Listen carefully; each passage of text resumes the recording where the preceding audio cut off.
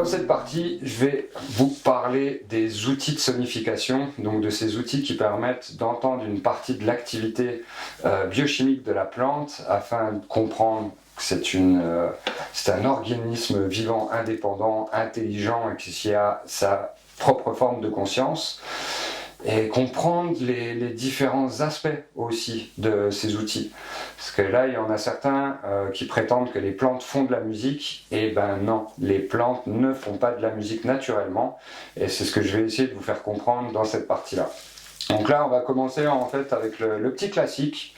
Ça, celui-là, il s'appelle le Device U1. Il est fait par la communauté d'Amaniure en Italie. Et ils ont déposé en fait cette marque qui s'appelle Music of the Plant. Puisqu'ils ont eu la volonté et l'envie d'entendre les plantes faire de la musique au jardin. Donc cette machine en fait a été conçu sur l'intention d'entendre les plantes faire de la musique.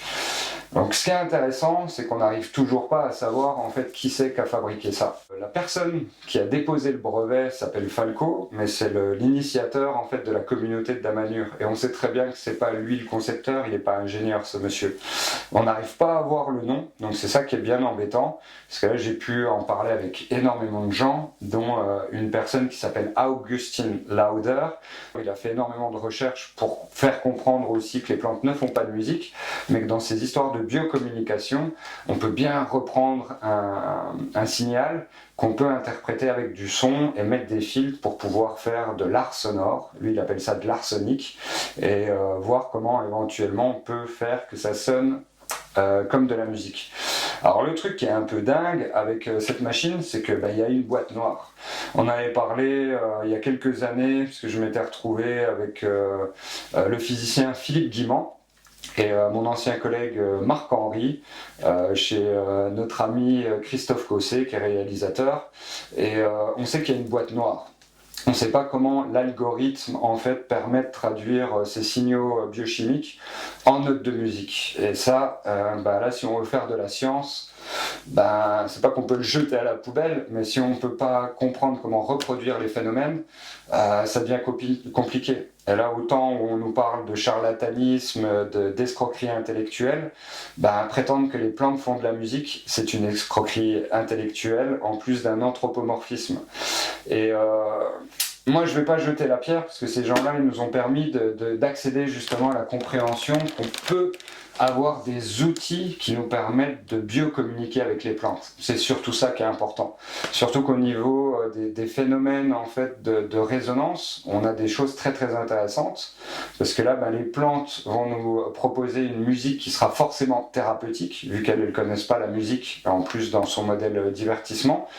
Et là, ce qui est assez troublant en fait avec ce boîtier, c'est que là, du coup, on est bloqué, par exemple, on met directement en chromatique, donc les 12 notes, ou en gamme majeure. Donc là, si on veut faire de la musique, n'importe quel musicien avec cet outil-là va pouvoir faire de la musique avec une plante, parce que là, on bride les informations dans un schéma, en fait, très très simple de musique. Après, ce qui est intéressant, c'est que les plantes peuvent changer de gamme. Donc dans une gamme chromatique, on peut avoir différentes gammes. La gamme iolinienne, pentatonique, on a une foule mixolydien, je ne vais pas vous les compter tous, mais on a énormément de gammes. Donc elles peuvent s'adapter sur ce mode de gamme, mais après elles sont figées en fait dans ce langage musical. Et quand on entend par exemple comment sonne une machine comme ça, oui, on se demande en fait quelle est la réalité en fait des informations envoyées par la plante et qu'est-ce qui est filtré et correct en fait. Après, ce qui est très intéressant, c'est que moi j'ai été le co-organisateur du Festival international de musique des plantes. J'ai invité énormément de musiciens, dont par exemple Clive Wright, qui a été guitariste de Cock Robin. Lui, il aime bien utiliser un autre outil que celui-là, parce qu'il a plus de sensibilité pour jouer avec les plantes, parce que tous les musiciens que je connais, que ce soit mon ami Bert Barton qui est en Hollande, lui il a fait 5 albums avec les arbres sur un projet qui s'appelle Talking Trees.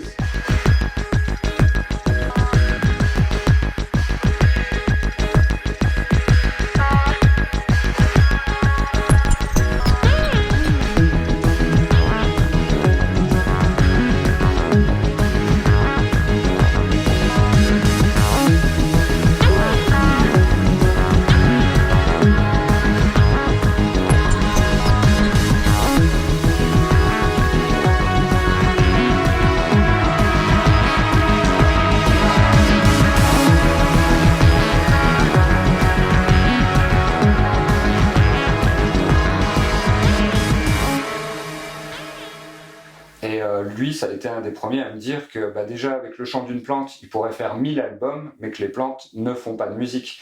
Quand j'en parle à des collègues comme Kerida, qui utilisent aussi ce boîtier-là, on est bien d'accord, les plantes ne font pas de musique. Ça, c'est une interprétation, et il y a quand même un anthropomorphisme, parce que quand j'entends des gens nous dire que les plantes chanteraient tous en chromatique, c'est parce qu'on veut vous revendre du matos en fait qui fait de la musique. Et ça, je regrette énormément le manque de conscience de ces gens-là, parce que c'est des très bons boîtiers d'initiation, on peut faire des belles choses avec, mais prétendre que les plantes fassent de la musique en chromatique alors qu'on devrait parler de biocommunication, ça sent le business, quoi. Donc là, je ne peux pas vous montrer parce que j'ai pas le bambou, on me l'avait prêté. On a des très bonnes observations aussi avec cet outil-là. Moi, par contre, en tant que musicien, ce qui me fait mal à l'oreille, c'est quand on branche le device ou le bambou directement, on a un son de Game Boy.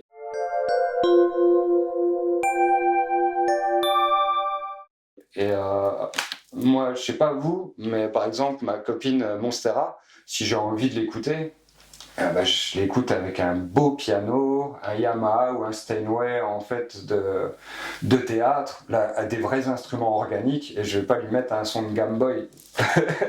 Moi, c'est un truc depuis le début, en fait, je ne comprends pas comment on peut avoir déposé une marque qui s'appelle Musique des Plantes et avoir un son qui ne ressemble pas à de la musique. La musique, il faut un bon échantillonnage. Le problème de ces outils-là, ils sont en 8 bits, donc pareil aussi au niveau du taux d'échantillonnage, ils sont très très limités, et que là, ce qui est intéressant, c'est quand même on arrive à avoir des discussions, des dialogues avec les plantes, mais là, au niveau science, c'est très compliqué d'avancer parce que il y a une boîte noire.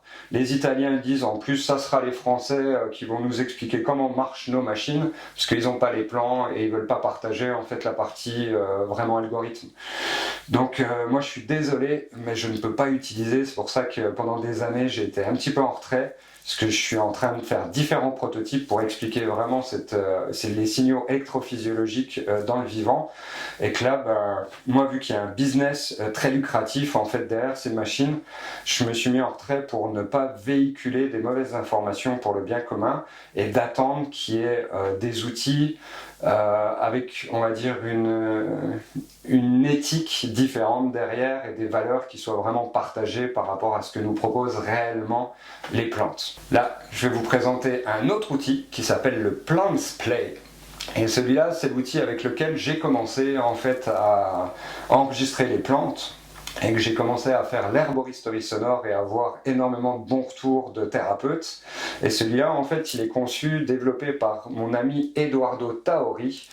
Et j'ai été honoré d'échanger pendant des années avec Eduardo, parce que lui, directement, ses travaux, il le dit, ils sont basés sur ceux de Cliff Baxter. Donc là, on sait où on va, puisque là, on a toutes les études, on a les livres, toutes les références d'études scientifiques de Cliff, donc on sait très bien où ça va. Ce que j'avais trouvé très très intéressant dans ce petit boîtier, c'est que dans la musicalité, là déjà on le branche sur son téléphone, on a d'autres sons, on a des sons qui sont meilleurs que ceux de Music of Plants, et on arrive déjà à moduler des paramètres où on voit en plus les mouvements bioélectriques de la plante en temps réel. Donc ça, c'est quelque chose moi qui m'avait énormément plu à l'époque, avec par contre le gros inconvénient que c'était en Bluetooth, mais moi je l'utilisais directement en fait que en filaire. Mais j'avais été vraiment très agréablement surpris en fait par la qualité du Plants Play. Et là, à côté du Plants Play, en fait, on a des Américains qui ont développé le MIDI Sprout. MIDI Sprout, et ouais, en français MIDI Sprout, ça fait pas trop rêver. Parce que là, on se dit, c'est quoi? C'est un bruit d'arpa après un bon cassoulet? Un MIDI Sprout? Non. Donc ils ont changé en plus le nom parce qu'ils ont compris que ça pouvait pas aller très loin. Mais là ils ont pris en fait le terme Plant Wave, et le MIDI Sprout ils l'avaient mis en open source il y a quelques années. Donc on a été plusieurs à pouvoir utiliser en fait cette partie du code source pour comprendre comment ils avaient développé leur outil et surtout comment en fait comprendre l'algorithme. Et ça, j'ai plusieurs de mes ingénieurs, dont les ingénieurs de l'EPIA, la Haute École d'ingénieurs de Genève, qui m'ont exprimé qu'une partie de l'algorithme était faussée pour pouvoir permettre d'entendre une forme de musicalité. Après, c'est deux musiciens qui ont développé en fait cet appareil. Donc là, c'est pareil parce que c'est quelque chose de très encourageant. C'est des gens qui ont été curieux et qui ont souhaité communiquer avec le vivant. Donc là, il y a, comme je viens de vous le résumer, la première mouture qui était en plus dans des boîtes en carton. Il n'était pas forcément très esthétique. Donc le MIDI Sprout, il est sorti il y a une dizaine d'années. Après, maintenant, ils font le Plant Wave, qui est beaucoup plus choupi, avec une esthétique. Et là, pareil, ils ont amélioré leur conception avec le logiciel sur le téléphone. Et après, on trouve des gens, en fait, comme Symbiotic, ici. Là, c'est SPAD Electronics. Et eux, ils ont pris, en fait, la base du MIDI Sprout, qu'ils ont adapté, où là en plus ils mettent, il y a la sortie MIDI qui est super bien, et on a des sorties CV pour les modulaires, et ça j'avais trouvé ça super cool, parce qu'en plus il y a marqué "In nature, everything speaks, despite its apparent silence", donc il dit dans la nature en fait tout le monde parle, surprenamment à cette apparence silencieuse qui est autour de nous. Alors là, celui-là, il est super bien, il coûte une centaine d'euros, on le trouve assez facilement, on a un potentiomètre pour la sensibilité, on met avec une petite pile 9 volts, et ce que j'avais bien aimé, c'est que du coup on a une gate, un CV, puis un trigger pour pouvoir aller sur les modulaires. Donc ça, pareil, ça c'est un module qui est super bien.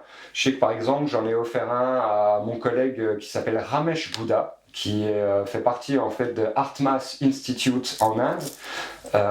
Et là, vu qu'on est en train de faire des collaborations pour comprendre aussi avec des outils de chez HeartMath Institute au niveau de la cohérence cardiaque, j'ai partagé à des collègues hors Europe en fait cet outil-là, pour pouvoir comprendre simplement en fait ces échanges biochimiques qu'on peut avoir avec les plantes. C'est pour ça que cet outil est vraiment très très intéressant, puisque là c'est comment comprendre qu'on peut avoir ces moyens en fait de biocommunication. Donc je vous ai parlé là de certaines machines qui sont commercialisées, et là je vais vous montrer 2 ou 3 projets sur lesquels je suis, parce que là moi je fais de la recherche en fait depuis pas mal d'années, et depuis 5 ans avec différentes personnes qui ont souhaité collaborer pour faire une machine commune. On a souhaité en fait s'orienter pour pouvoir comprendre justement les machines actuelles et essayer de les améliorer. Donc là c'est assez marrant, parce que là je vous montre une relique qui ne sortira jamais. C'est un petit peu comme une super Game Boy en édition limitée, parce que là je l'avais conçu avec des potards, avec différentes choses, on a en plus un écran, et là celui-là je l'ai conçu avec Jean Toby, et on a voulu faire celui-là, il s'appelait le Vitavox, donc c'était pour comprendre comment on pourrait vous produire une machine en ayant cette compréhension en plus du CV, parce que moi je souhaite absolument que les plantes puissent communiquer sur du modulaire et sur des machines qui ne sont pas bloquées en fait sur une gamme chromatique, et je vais vous expliquer la différence entre justement le MIDI qui envoie ces informations et qui bloque dans ce système musical, et le CV qui est du current voltage, et là en fait qu'on a une plage où là on peut avoir les fréquences exactes. Et là, quand on comprend le phénomène des protéodies, les mélodies de protéines, ou tout ce développement de chimie moléculaire sonore qu'on est en train de développer, une note de musique ne correspondra pas à un événement de vibration en biorésonance avec une fréquence de molécules. Il nous faut la vraie fréquence pour que là on puisse avoir une bonne stimulation, une bonne biorésonance. Donc ça, c'est un travail qu'on a fait il y a 3 ou 4 ans maintenant déjà, puisque je me suis dissocié justement de ces gens qui font croire que les plantes font de la musique. Et après, vu que j'ai eu ces soucis-là de compréhension entre la science et le business, j'ai eu mon collègue Marc-Henri qui a souhaité justement qu'on pousse l'affaire, et on a déposé une marque ensemble qui s'appelle Aqua Quantum, et on a développé ce petit boîtier avec Arthur Henry, un de ses enfants, qui avait accepté à la base de contribuer à cette œuvre, puisque moi je suis musicien et je soutenais que les plantes ne pouvaient pas faire de musique et que ça serait bien qu'on ait en fait un outil pour démontrer en fait ces variations électrochimiques qu'il y a dans les plantes. Et c'est pour ça que là vous avez une petite animation pour voir comment cet outil fonctionne, parce que là je l'ai voulu vraiment pour qu'on puisse analyser les signaux électrophysiologiques en temps réel. Donc là on a une transformée de Fourier qui a été validée, où on prend bien ces mesures afin de comprendre que là en fait quand on voit ce spectre, c'est juste impossible de faire de la musique avec autant de variations d'informations. Et que là, après, il faut expliquer pourquoi on met des filtres, quel type de filtre, pour avoir une sonorité mélodieuse ou harmonieuse et prétendre après à une musicalité.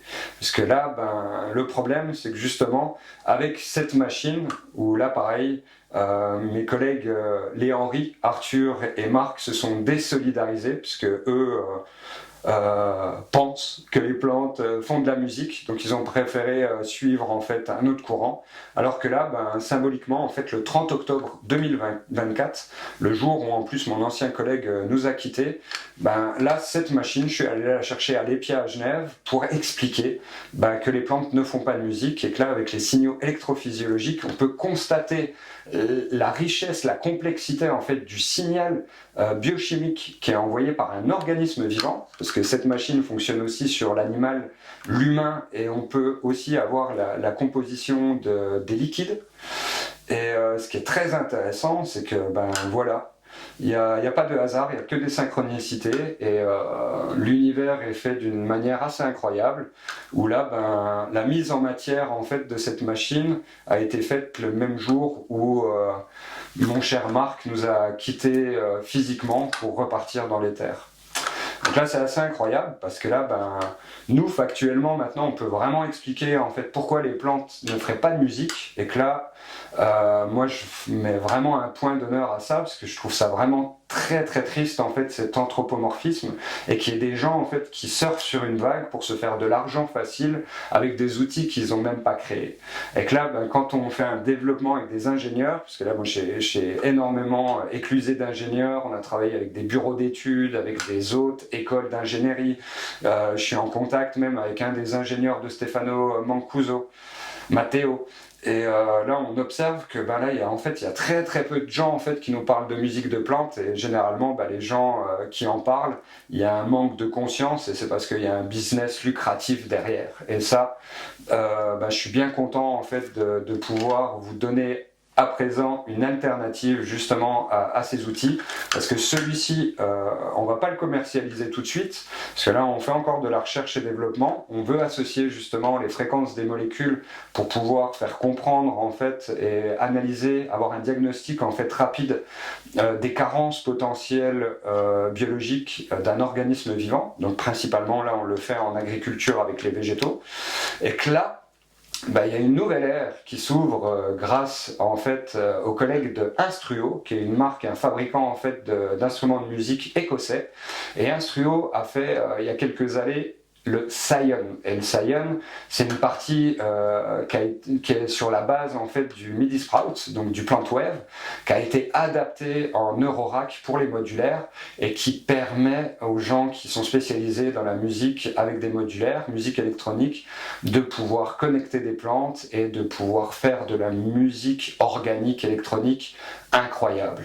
Et c'est là où je suis heureux de vous présenter la dernière génération justement de ces outils dits de sonification avec le Pocket Scion. Hi, I'm Modern Biology. I make music with plants and mushrooms, and now so can you.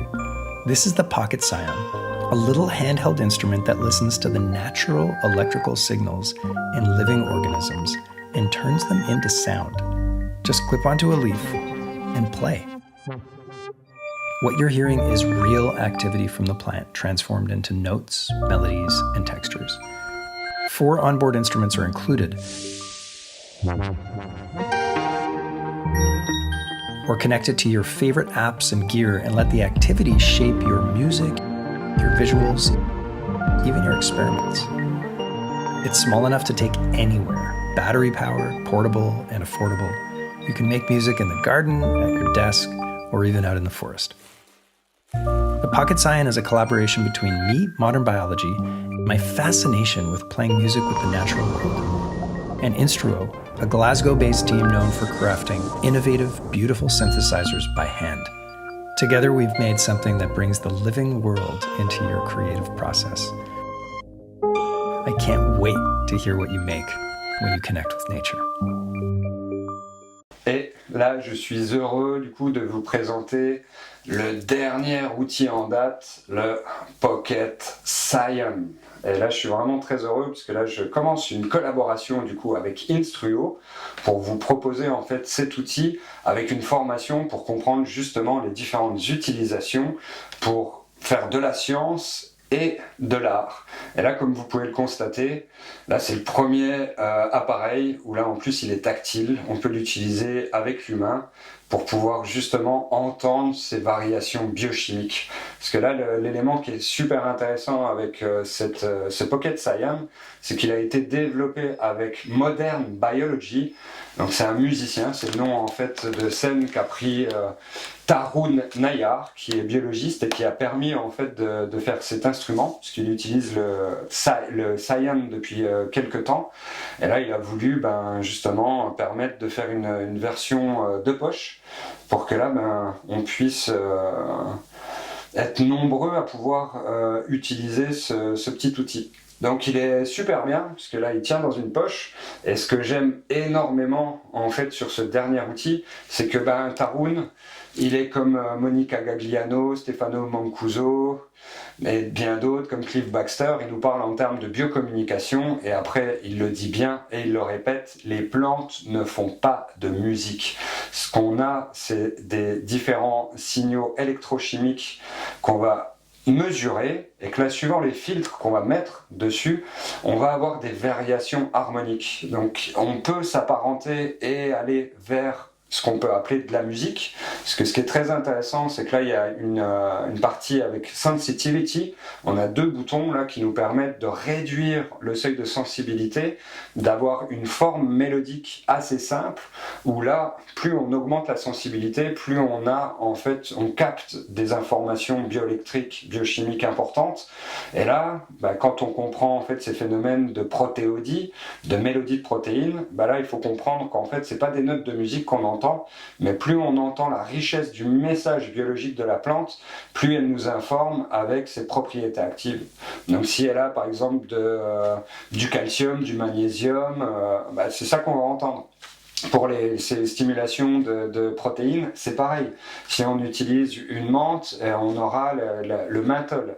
Et là, c'est là où c'est intéressant d'avoir ce type d'appareil, parce que ils ne sont pas calés non plus sur la musique. On peut avoir cette partie avec l'USB pour le mettre justement sur des logiciels comme Logic Pro, Ableton et compagnie pour faire de la musique, mais il y a aussi la partie MIDI CV pour pouvoir justement avoir les fréquences pures que la plante nous envoie.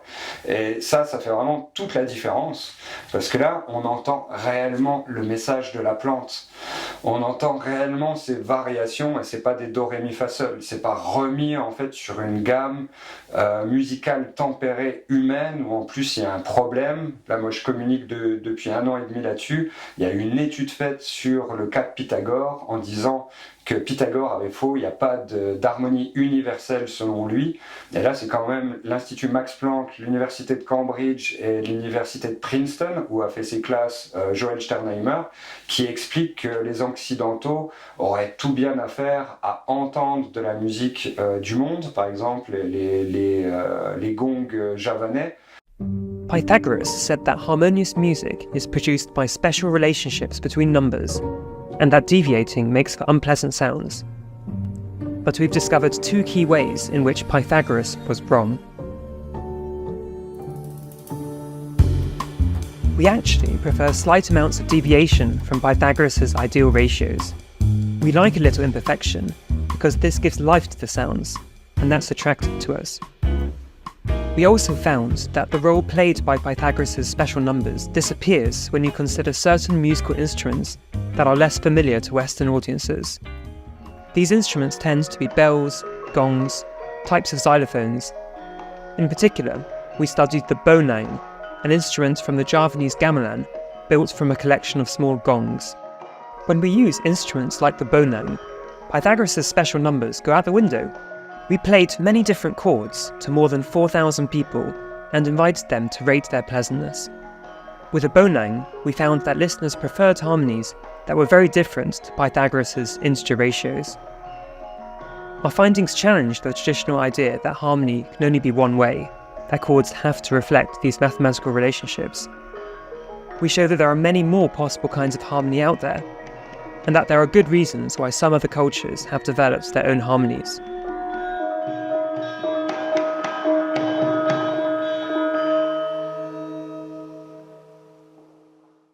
Au lieu d'écouter toujours la même musique en chromatique, alors que comme je l'ai expliqué, on a des chrutiers, on a plein de gammes différentes, on a des gammes naturelles, et c'est là où moi par exemple avec Natura Sound, je développe des gammes naturelles par rapport à la chimie moléculaire sonore, et que là, avec des outils comme celui-ci, on peut avoir justement ce chant naturel, mélodieux en fait des molécules de la plante. Et ça fait vraiment toute la différence. Parce que là, on a quelque chose de peut-être plus complexe au niveau de l'oreille.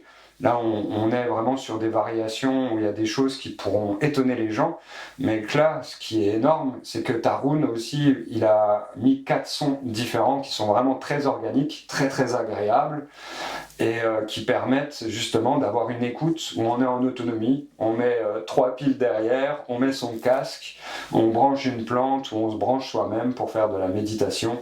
Et ça, là, justement, on ouvre sur un nouveau pan, parce que moi, comme j'étais en recherche et développement pour pouvoir vous proposer ce type d'appareil, je suis super heureux que Instruo les produits et les commercialiser, en plus avec derrière un biologiste qui nous exprime bien qu'une plante ne fait pas de musique, mais que là qu'on a des interactions biochimiques harmonieuses que nous pouvons révéler, et que là c'est comme là toute l'ouverture en fait qui est en train de se faire en biocommunication animale.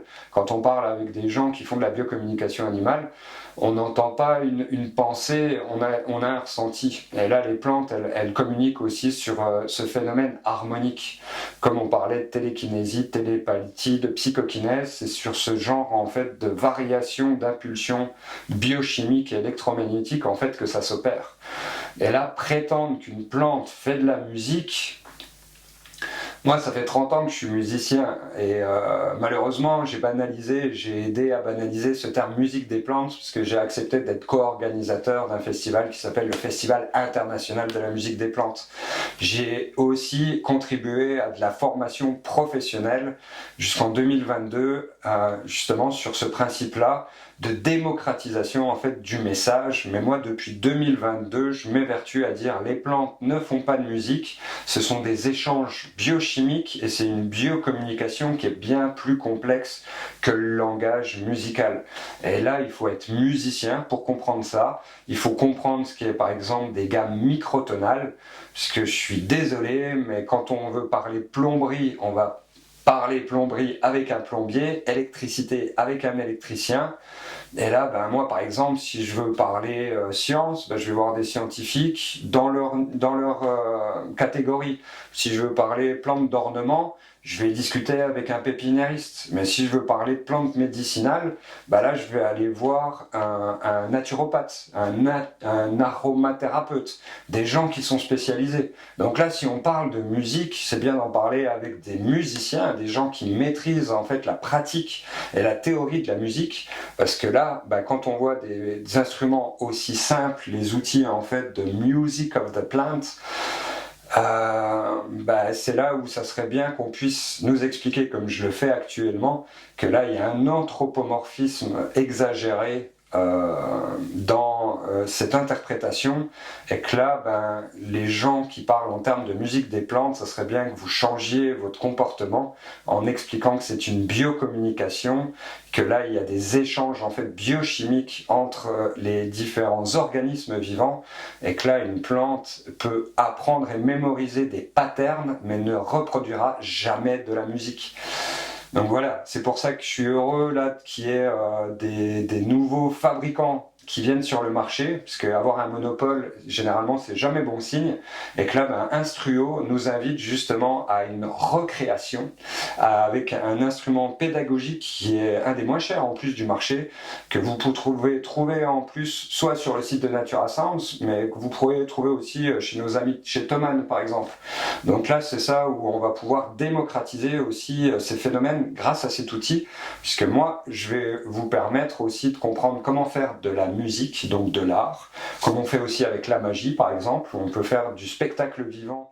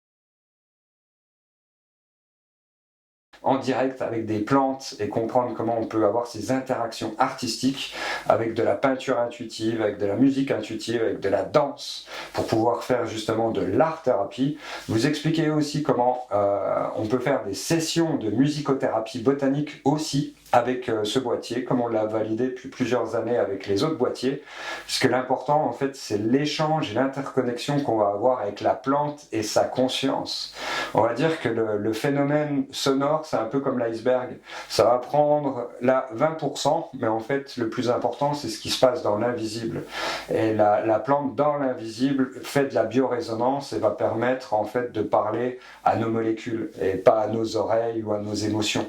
Et ça c'est ce qu'on a constaté avec énormément en fait de thérapeutes, de professionnels de la santé qui utilisent déjà des outils et qui nous permettent de confirmer en fait que qu'importe on va dire les outils, mais ce qui est important c'est la présence de la plante, le fait qu'on soit attentif et qu'on accepte le message thérapeutique qu'elle va nous partager. Et là, c'est là où j'interpelle quand même sur ces nouveaux instruments qui sont plus précis, qui honorent plus le message en fait des végétaux parce qu'ils ne confinent pas dans le cadre de la musique dite tempérée. Et que là, il nous faut absolument en fait des gammes naturelles comme le chant des oiseaux. Donc voilà, si vous avez des questions justement sur ces phénomènes de sonification, si vous voulez comprendre un peu mieux comment fonctionne justement ce message de la nature, cette symphonie du vivant que nous proposent les plantes grâce à son chant, comment utiliser des plantes médicinales justement, ou comment faire de la méditation avec ce type d'outils qui deviennent de plus en plus accessibles et où là, j'insiste vraiment, mais c'est important parce que science sans conscience n'est que ruine de l'âme. Et pour l'instant, en fait, tous les outils qui sont sur le marché ne sont pas validés forcément par des scientifiques et qu'il y a un gros trou derrière ça. Et que là, derrière celui-ci, vous avez un biologiste. Et que là, on est en train de voir avec leur équipe et nos équipes de chez Natura Sounds pour mettre en commun, pour multiplier les observations et les validations. C'est comme je vous le contais tout à l'heure avec ma machine. On a très bien compris en fait la mesure et l'analyse en fait des signaux bioélectriques qu'on récupère en fait d'un organisme vivant et qu'après il faut bien expliquer et avoir la maîtrise des filtres et de toute cette partie scientifique pour expliquer après ce qu'on entend. Parce qu'entendre de la musique ou faire prétendre qu'on entend de la musique, c'est bien beau, mais quand la plante, elle ne sait pas ce qu'est do, ré, mi, fa, sol, je trouve ça très dommage et dommageable auprès du grand public qu'on véhicule des fausses informations, parce que notre intérêt à tous, c'est de reconnecter justement à nos racines communes, comprendre cette biocommunication et que les plantes, elles vous parlent molécules, elles vous parlent la vie, parce qu'on a 50% de l'ADN qui est similaire aux plantes. Donc une plante, quand elle vous parle calcium, magnésium, manganèse, fer, cuivre, vitamines, alcaloïdes, oligo-éléments. Elle va vous parler biologie, physiologie. Suivant les plantes, elles vont aussi permettre de réharmoniser au niveau du physique et aussi au niveau du mental, de la psyché. Voilà, je vous remercie énormément et n'hésitez pas, si vous avez des questions justement sur toutes ces belles aventures, si vous voulez contribuer aussi au développement, parce que là, nous, avec Natura Sounds, on va bosser avec cette machine et on collabore avec Instruo, parce qu'on va avoir une belle aventure avec eux. Et justement, si vous voulez rejoindre cette communauté bienveillante où je souhaite ouvrir encore plus avec l'herboristerie sonore pour qu'on puisse reproduire ces phénomènes et contribuer aussi à étendre ces possibilités d'écoute de la nature, qu'on puisse ensemble pouvoir entendre le chant du séquoia en Californie, comme je l'ai partagé encore cette année à l'ONU, où je suis allé l'année dernière enregistrer le chant du banyan d'Auroville à côté du Matrimandir.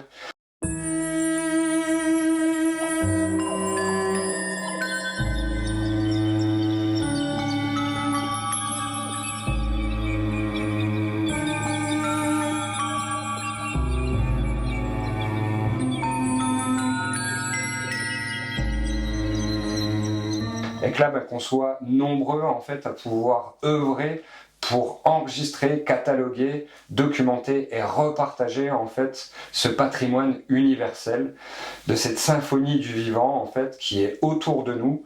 Et grâce à la poésie des sons, à cet art qu'est la musique, on a justement tous ces bénéfices de pouvoir contribuer ensemble, en collectif, à pouvoir réécouter le vivant et pouvoir donner une voix aux végétaux et pouvoir vraiment s'unir dans cette œuvre collective à mixer science et art, à pouvoir remettre de la conscience dans la science et à remettre de la manière dans l'art. Ces choses qu'on a perdues avec le temps et que là, avec bienveillance et à l'écoute du vivant, nous pouvons œuvrer ensemble justement en mélodie pour pouvoir revenir à cette racine commune là où la magie. Merci à tous et je vous souhaite que des bonnes ondes et de pouvoir pratiquer justement cette biocommunication, de faire du son, de communiquer justement via le son avec nos frères et sœurs végétaux.